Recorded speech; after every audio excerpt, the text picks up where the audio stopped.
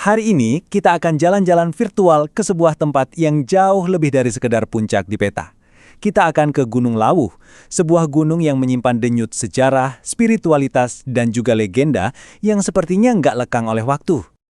Oke, sebelum kita mulai, coba kita pikirkan pertanyaan ini dulu.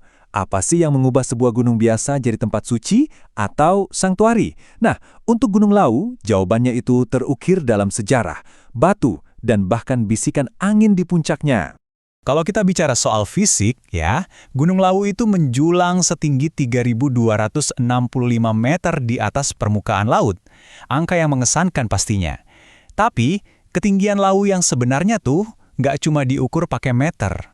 Karena disinilah, di lereng-lereng inilah, sejarah sebuah kerajaan super besar di Nusantara mencapai puncak terakhirnya.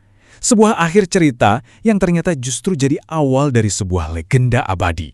Awal dari legenda abadi itu tentu saja penuh dengan misteri.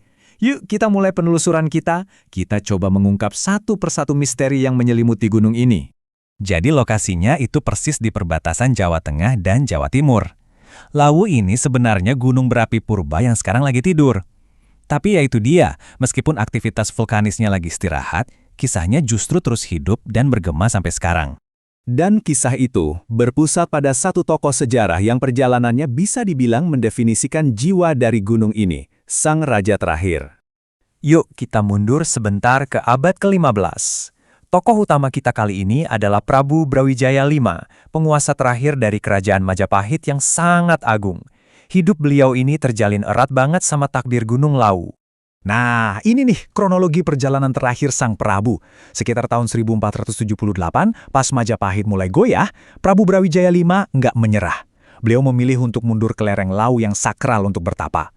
Di sanalah beliau diyakini mencapai moksa, sebuah pembebasan spiritual, dan kemudian bertransformasi jadi Sunan Lawu. Gelar Sunan ini kan kehormatan banget ya, untuk figur spiritual yang dihormati. Dan dalam kasus ini, beliau menjadi penjaga gaib gunung itu. Jadi, apa sih moksa itu? Ini penting banget buat kita pahami. Ini bukan sekedar meninggal atau menghilang gitu aja. Moksa itu adalah konsep pembebasan jiwa dari siklus kelahiran dan kematian, semacam peleburan kembali dengan yang ilahi. Jadi, poin utamanya, ini adalah sebuah transformasi spiritual, bukan cuma akhir dari sebuah riwayat hidup. Cerita sang raja tadi kedengarannya kayak dongeng ya. Tunggu dulu. Ternyata ada bukti nyata yang ditinggalkan di lereng gunung, jejak yang terukir abadi di atas batu. Di Lawu ini ada dua bukti arkeologis yang luar biasa dari era akhir Majapahit. Ada Candi Sukuh, yang arsitekturnya unik banget, dulu jadi pusat ritual yang kuat. Terus lebih tinggi lagi, ada Candi Ceto, yang jadi pusat meditasi dan pertapaan. Keberadaan dua candi ini membuktikan kalau Lawu itu bukan cuma tempat pelarian, tapi emang udah jadi pusat spiritual yang sangat penting. Oke, dari bukti fisik yang bisa kita lihat, sekarang kita masuk ke dunia legenda yang masih hidup banget, yang diceritakan dari generasi ke generasi di sekitar Lawu. Sebuah pasar yang terdengar namun tak terlihat, di mana mata uangnya adalah keheningan. Kutipan ini ngebawa kita ke salah satu misteri paling terkenal yang ada di Gunung Lawu. Dua legenda yang paling menonjol itu ada pasar setan, pasar gaib yang konon cuma bisa kita dengar suaranya. Lalu ada Jalak Lawu, burung mistis yang dipercaya sebagai penjelmaan abdi setia Prabu Brawijaya V. Legenda-legenda ini bukan sekedar cerita mistis loh, tapi ini adalah gema dari kisah sang raja yang terus hidup di gunung ini.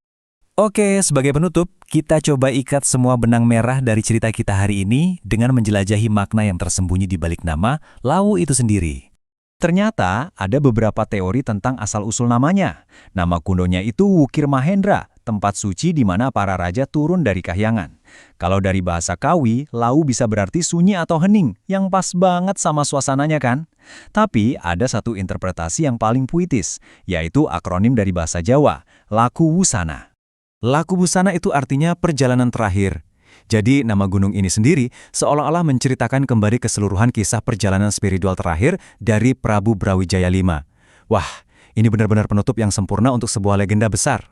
Jadi jelas banget ya sekarang, Gunung Lawu itu bukan sekadar gundukan tanah dan batu. Ia adalah sebuah monumen hidup dari perpaduan sejarah yang nyata, spiritualitas yang mendalam, dan budaya yang terus dijaga sampai hari ini. Dan semua ini membawa kita pada satu pertanyaan terakhir untuk kita renungkan. Apakah kisah sebuah tempat itu pernah benar-benar selesai? Atau ia akan terus hidup selama masih ada orang-orang yang terus menceritakannya? Mungkin jawaban atas pertanyaan itu ada dalam diri kita masing-masing.